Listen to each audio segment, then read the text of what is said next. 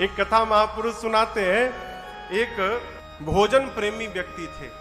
मैंने उनका जन्म सिद्ध अधिकार था भोजन करना। घर में भोजन करने बैठ जाए, खाए तो बंदे न करे, घर वाले इशारा करे, थाली पटके वो सिर नीचे करके शुरू है तो उठने का नाम न ले। जब कोई आवे रोटी लेकर तो बोले दाने दाने पर लिखा है खाने वाले का नाम। तो रोटी वाला बोले तुम्हारे लिए दाना दाना नहीं है, बोला करो बोरी बोरी पर लिखा है खाने वाले का नाम। तुम दाना भर खाते हो। एक घर में गया खाने के लिए, लगा खाने, घर वाले खिलाते रहे। बोले अरे पानी भी पी लिया करो बीच में। बोला बीच आएगा तब न पीऊंगा, अभी बीच पहुंचा नहीं हूं बीच में। इतना खाता था। घर वाले परेशान हो गए और उसे धक्का मार के बाहर निकाल दिए। अब बेचारा गया, अब करे तो करे क्या, भोजन बिना मर जाएगा। जाते देखा एक आश्रम के द्वार पर एक मोटे साधु बाबा बैठे थे। मोटे एकदम, तूंद निकला है पूरा एकदम सामने। वो देखा तो बोला अरे इतने मोटे यानी बहुत खाते होंगे, इतना भोजन तो मिल ही रहा होगा इनको। तो गया प्रणाम करके बोला महात्मा जी आपके इस दिव्य सेहत का राज क्या है? क्या राज है इस स्वरूप का? बोले भीतर न खूब चकाचक मिलता है, कोई गिनने वाला भी नहीं है, कितना खा लो। तो बोला स्वामी जी भीतर एंट्री कैसे होगी मेरी, मैं भी भीतर जाना चाहता हूं। तो बोले उसके लिए तुमको चेला बनना पड़ेगा। अब बोला काम, कुछ काम नहीं है, गुरुजी ऐसा माला देंगे, माला पकड़ के दिन भर राम राम जपना है। अब बेरा पर जाओ, थाली लेकर जितना पाना है उतना पाओ। बोला बस बस ऐसा ही जगह मैं ढूंढ रहा था, हमको तुरंत चेला बनवाइए, भोजन का टाइम हो गया है। उसको लेकर गए महात्मा जी। गुरुजी बैठे थे, बोले आओ आओ, कान में मंत्र दिए, माला झोला पकड़ाए। बोला माला बाद में जपूंगा गुरुजी, पहले भोजन का टाइम हो गया, भोजन पालू, जाओ पालू। अब लगा भोजन करने, यहां न कोई रोटी गिनने वाला, न कोई देखने वाला, न कोई टोकने वाला। खूब आनंद से भोजन करे, पड़ा रहे। लेकिन खुशी अधिक दिनों तक नहीं गई माई बाप। एक दिन सवेरे जलपान के समय गया तो जाकर देखा कि भंडारे में कुछ बना ही नहीं है। तो पूछा भाई आज टाइम हो गया जलपान का। बोला आज एकादशी है, कुछ बनेगा नहीं आज। क्या बोल रहे हैं? सत्य में कल मिलेगा। गया गुरुजी के पास, कहा गुरुजी कह रहे एकादशी है। हाँ बेटा आज एकादशी है, भोजन गुरुजी कल द्वादशी को। बोला गुरुजी एकादशी रह जाऊंगा तो द्वादशी देखने लायक बचूंगा नहीं मैं भोजन के लिए साधु बना हूं गुरुजी, भोजन नहीं मिलेगा मैं मर जाऊंगा गुरुजी, मुझे भोजन करना है।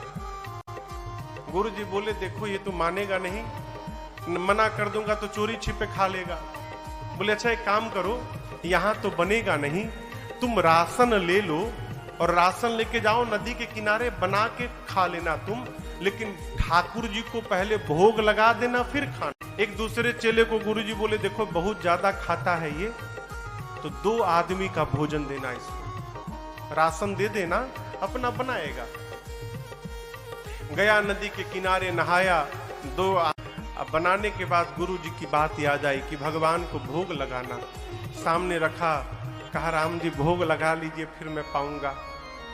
घंटों रटता रहा, भगवान आए ही नहीं।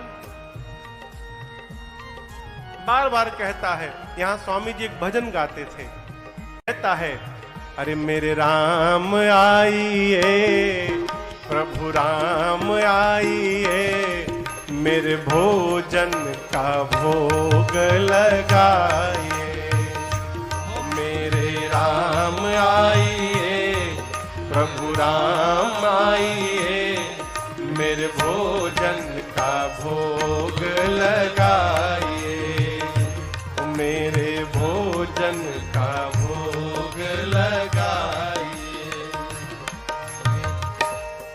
अब वो घंटों कहता रहा राम आइए, प्रभु राम आइए, भोजन का भोग लगाइए, भगवान आए ही नहीं।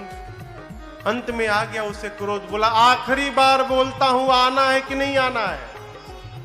अब मैं बोलूंगा नहीं, और आप इस चक्कर में है कि आश्रम में पालूंगा, वहां के डर के मारे मैं इधर आया हूं। वहां के भरोसे बैठोगे तो ठन ठन गोपाल हो जाओगे, वहां बना ही नहीं है आज। इसलिए पाना है तो सीधे आके भोग लगाओ, नहीं तो मैं शुरू कर दूंगा।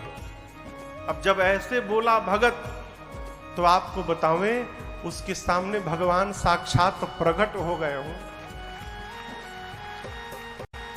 प्रकट हो गए।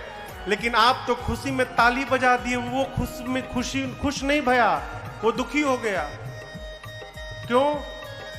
बुलाया था राम जी को, आ गए सीताराम जी, दो लोग आ गए।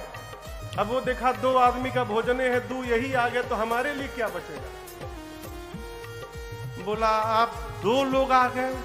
राम जी बोले हम दोनों साथ में ही रहते हैं। मतलब गुरुजी तो नहीं बताए थे, बोले थे राम जी को भोग लगाना।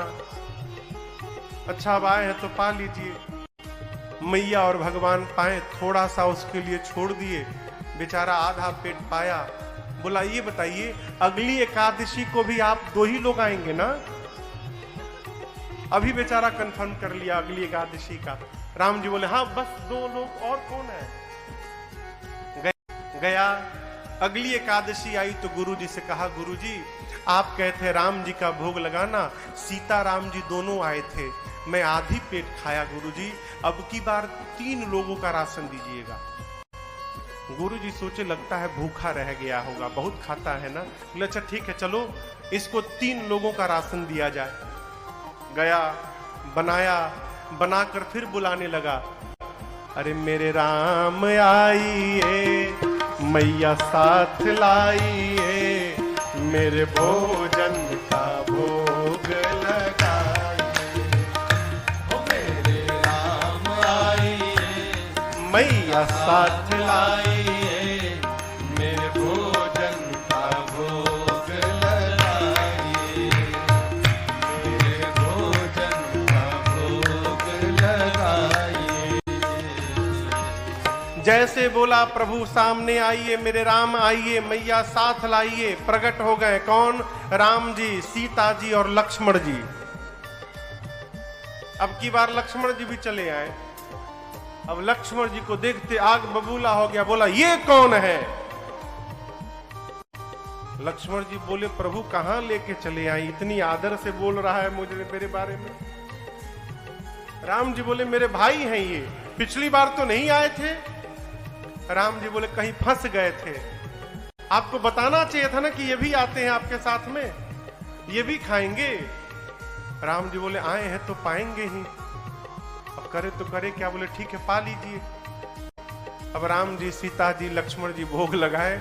अब फिर थोड़ा सा बचा उसके लिए, आधी पेट खा के गया। फिर पूछा अगली बार कौन कौन आएगा आज ही बताओ मुझे, और कितने लोग साथ में रहते हैं।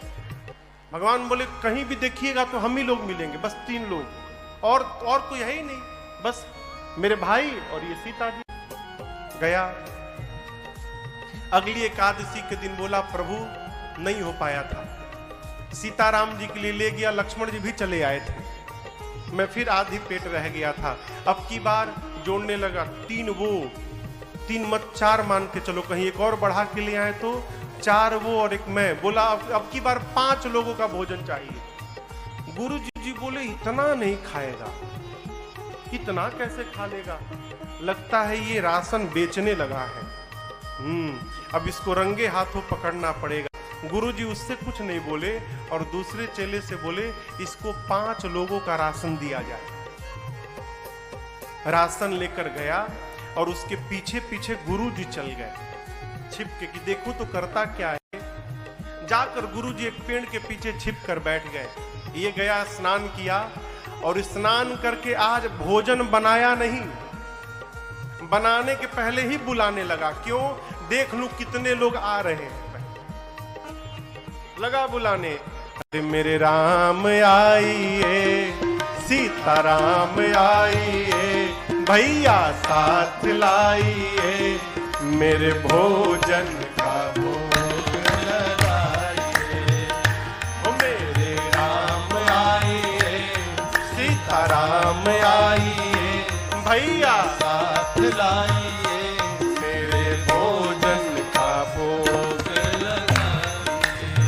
जैसे बिना बनाए आंख बंद करके बोलने लगा, मेरे राम आइए, सीताराम आइए, भैया साथ लाइए, आइए भोग लगाइए, प्रभु आइए।